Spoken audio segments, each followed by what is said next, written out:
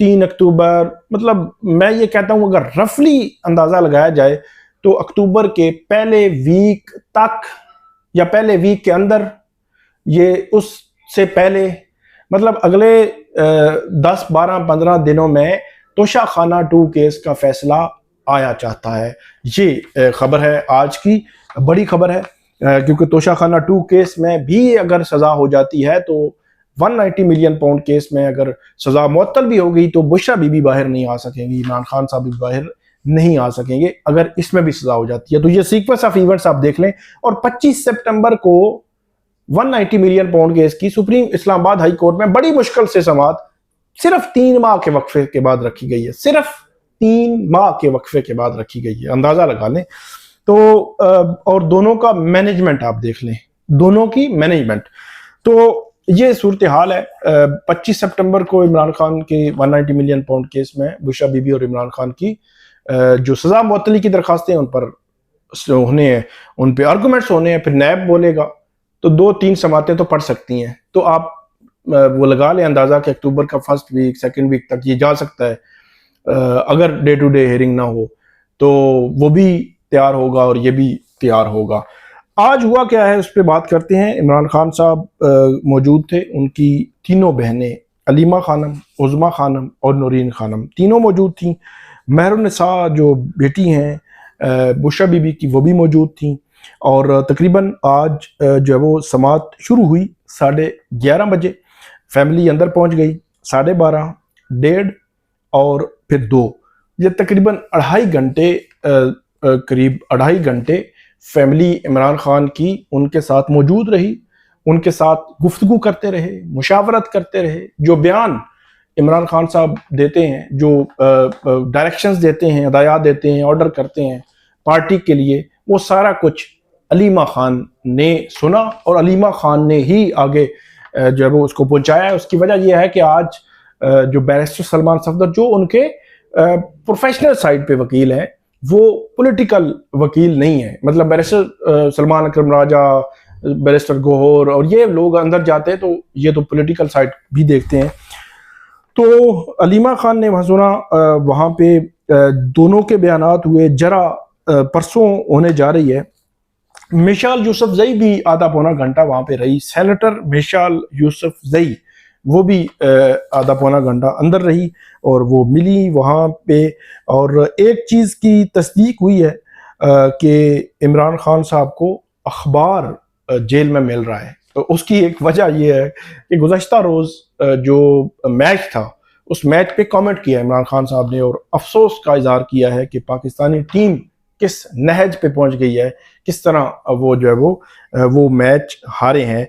اب T V چل رہا ہے یا نہیں چل رہا، اس حوالے سے متضاد آ رہا ہے. کچھ لوگ یہ کہہ رہے ہیں ہمارے ذرائع کہ ٹی وی چل رہا ہے، کچھ کہتے ہیں نہیں. لیکن فیملی سے یا عمران خان سے کنفرمیشن نہیں ہوئی کہ ٹی وی ان کے سامنے ہے یا ٹی وی جو ہے موجود نہیں ہے. ایک بات یہ بھی کی گئی، یہ بھی ہمارے ذرائع بتا رہے ہیں کہ جو علیمہ خان نے بات کی کہ بیرسٹر گوہر، علی امین گنڈا پور اور بیرسٹر سیف جو اسٹیبلشمنٹ سے کسی طور پہ بھی اگر رابطے میں تھے تو ان کو کہا گیا ہے کہ آپ اپنے رابطے ختم کر دیں. اور عمران خان صاحب کہہ رہے ہیں کہ اب اگر کسی نے بھی بات کرنی ہے تو وہ مجھ سے ڈائریکٹ بات کرے. یہ ایک نئی ڈائریکشن آئی ہے جو علیمہ خان کے ذریعے باہر آئی ہے.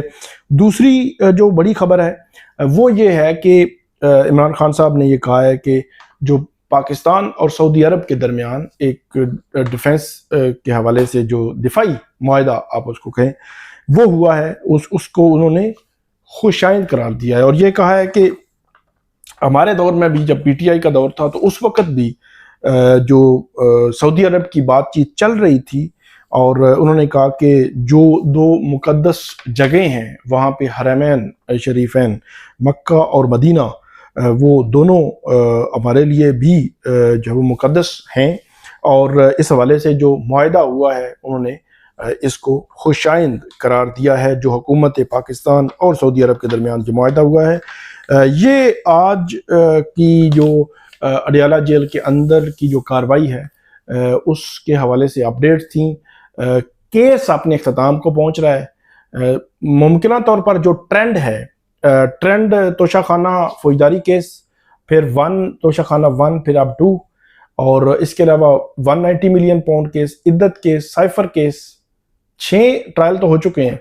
تو 6 کے 6 میں جو ٹرینڈ ہے وہ سزا کا ہی ہے. تو اب اگر ٹرینڈ کو دیکھیں تو سزا ہی ہے، اگر انصاف ہوا تو پھر دیکھیں کہ کیا ہوتا ہے.